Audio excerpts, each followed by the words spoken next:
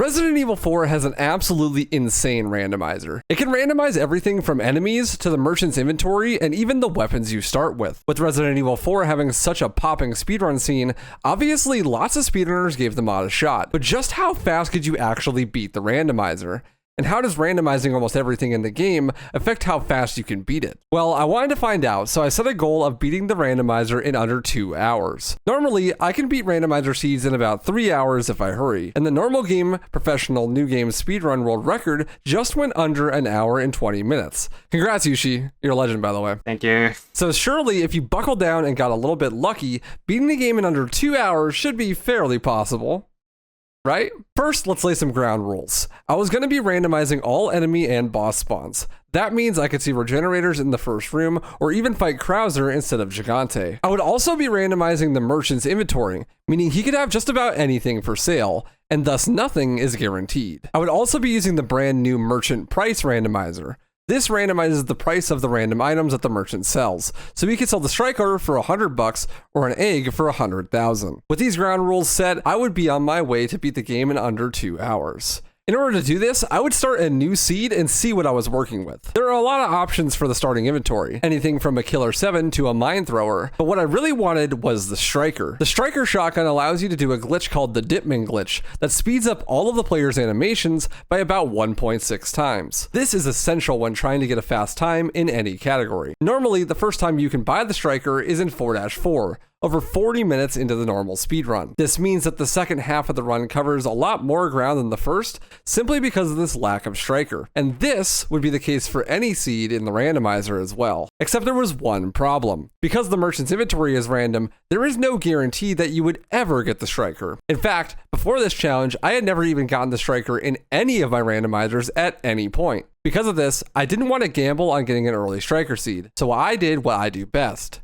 Cheat. It's like, I can't handle it anymore. Well, actually, I just re-rolled over and over again until I got the striker starting in the seed. By starting with the striker, I could guarantee I would be able to use the Dipman glitch and its associated skips. This would prove to be a harder task than I had initially thought though, as it seems my striker luck would not be getting any better. It took a long time before I could get a striker seed, and even after I did find one eventually, there was no guarantee that the rest of the seed would even be that playable. I could have just, ran a known striker seed, but I like it raw.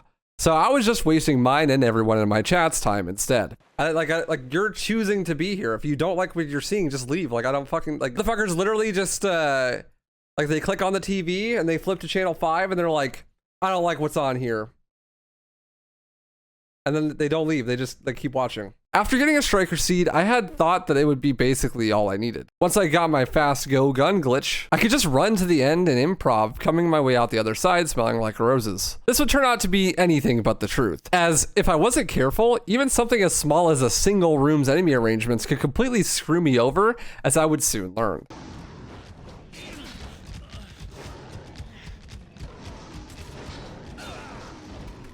I think that this shit is over. I think this room just ruined it. After the shield bros knocked me to low health, I limped into the parent-teacher meeting as it was lit. Also, this is pretty unlucky enemy spawns that we got on the first area. Team damage is a great way to end this section. Just saying. I'm on fire.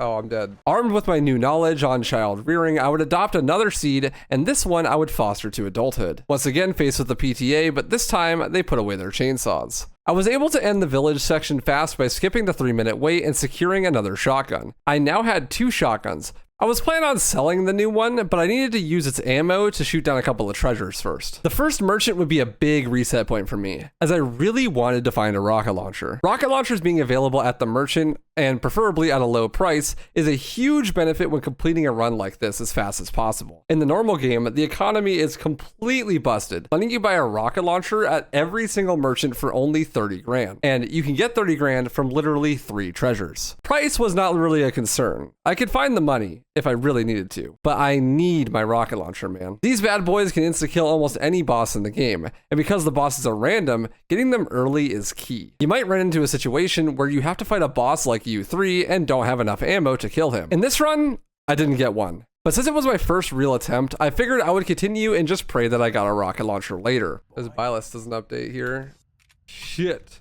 I guess depending on what bosses we get, it's really not that big a deal. Like, if we get Krauser for everything, easy clap. There was a reoccurring theme for this seed, and it was me limping. For whatever reason, I just kept getting super toxic enemy spawns, and because I was trying to go as fast as possible like normal, I just YOLO past everything, often leading me to get completely wrecked. I then caught a Magikarp and took a nap heading into nighttime. With no rocket in sight and coming up to my first boss, I was really hoping that there would be something a little simpler, like a Krauser fight maybe. Unfortunately, it was a Super Salvador. These things are tanky, and I used all of my frag grenades to kill him, meaning I would not have any grenades for cabin. Okay, we're fine, no big deal. I did lose all my frag grenades that I was hoping to use for cabin, but that's fine. This would turn out to be my downfall, as even though I only had shotguns, the game would not give me any shotgun ammo. I was full to the brim of handgun ammo though. Thanks, Lewis. By some miracle, I managed to survive cabin, but this was not looking pretty. I had no ammo and no heals, and the Mendez boss fight was coming up soon.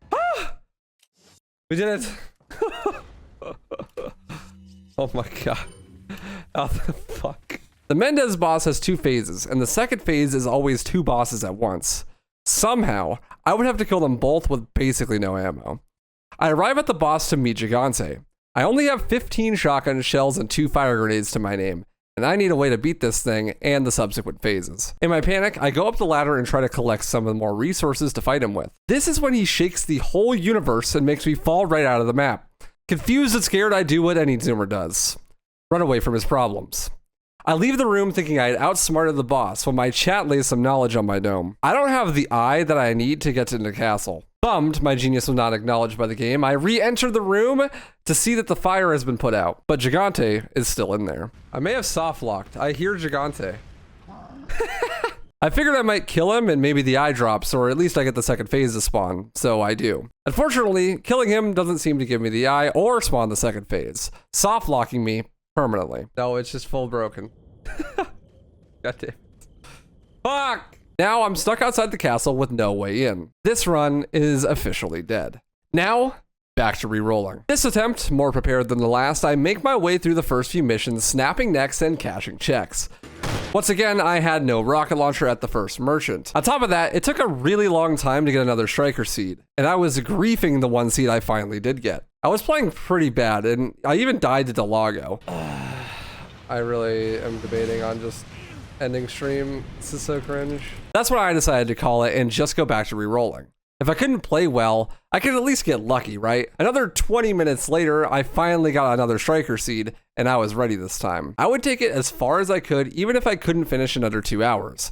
I was just sick of the village. Once again, no rocket, but I did get the auto rifle, and this is something that would help me out a ton. While the striker has high damage and of course the Dipman glitch, it wasn't precise and lacked range. The sniper would cover my weaknesses here. Not that it would be that necessary, as my first boss was a regenerator, and I would do him dirty, saving all my ammo for cabin by knifing him like a shawarma. While my nades and ammo weren't as bad as the first time I did cabin, I wasn't playing at my best at this time, and I ended up dying nearly halfway through. Fuck, dude. I knew that was gonna happen. I shouldn't have used so much fucking shotgun ammo early. Damn, dude, that sucks. A huge time loss. But sub 2 is free, right? I could definitely still get it. So I decided to keep going. I just wanted to see Castle at least once today. At Mendez, I got Gigante again, but I was not going to make the same mistake twice. Fuck. That's not good. I fought him like normal and got my ass beat. The second phase was a second phase of Mendez. Well, 2 of them.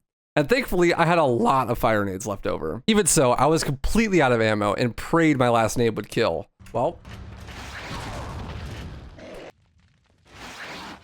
Run! Turns out, while having the striker early on is a huge improve for movement speed time saves, not having a pistol at all was not the move. It just made it so you were always out of ammo. There are systems in place to drop you more ammo for the weapons that you have in your inventory, but especially in early game, you will always get pistol ammo drops on priority, at least until you have over a certain amount. Then shotgun ammo drops become more prevalent. I finally arrived at the castle, but still no rocket launcher or attach case upgrades. So my inventory was looking tighter than Ashley's pants.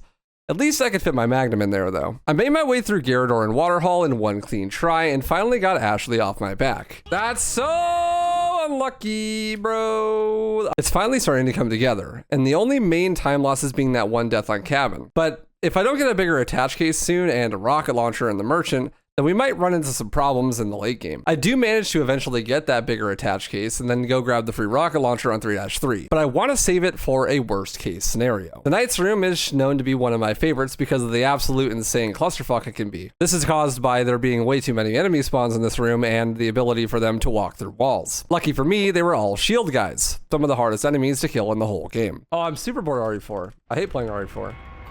Rando is the only thing I actually enjoy playing RE4 nowadays. Finally arriving at the origin of the Striker 4-4, I checked the merchant once again to see no rocket launcher. Immediately followed by this is the Verdugo boss fight, but I am praying that it is anyone but him. If it is him, I'll need to use my rocket launcher to kill him or wait out the elevator for a whole 5 minutes. Because he has so much health, it becomes completely impossible to kill him without the rocket. Thankfully, it was another Super Salvador, and I made short work of him. It's Super Salvador. Okay. That's good. We can kill him. But this rocket would definitely be getting some use soon as we were coming up on Salazar. Thanks to having the Striker, I could skip the double Gigante fight, making this section a breeze. Later, whatever the hell was in here, probably a JJ and a fucking Velociraptor or some shit. No matter how random you make the game, the elevator will always be cancer. I once again had no heals in this section and was at absolute 0 health. I thought it would never end. Can I get some fucking heals? Oh! Stop throwing axes, please. I'm dead. Yeah, fuck.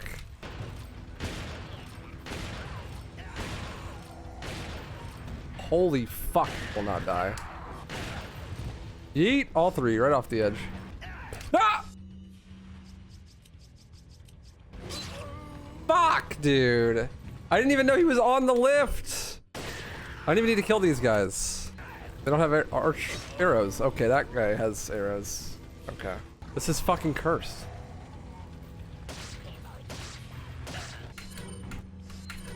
Run! With all of my sloppy play and really rough rooms, I finished the castle section in about an hour and a half. That meant I had 30 minutes to do the entirety of Island. The race was on, but in order to get my chance, I really needed that last merchant to have a rocket launcher. And tragically, he did not. What are you buying? Still no rocket. Due to this, no matter my efforts, I was boned. I even had to knife kill U3. Yeah, U3's a little bitch.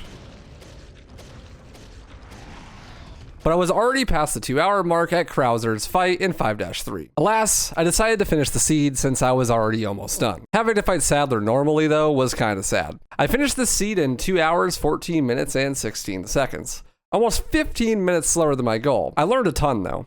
Speedrunning a randomizer is, well, kind of random. And not in the quirky XD middle schooler kind of way. While there are a ton of random elements, with enough planning and foresight, you can make almost any seed go under 3 hours. But if you want to beat the randomizer in under 2, you definitely want a pistol in the early game for crowd control, and I should almost certainly reset for a rocket launcher at the first merchant. When I take on this challenge again in the future, I will certainly be ready for that. Thanks so much for watching, I hope you guys enjoyed. Go follow my Twitch where I stream this shit live.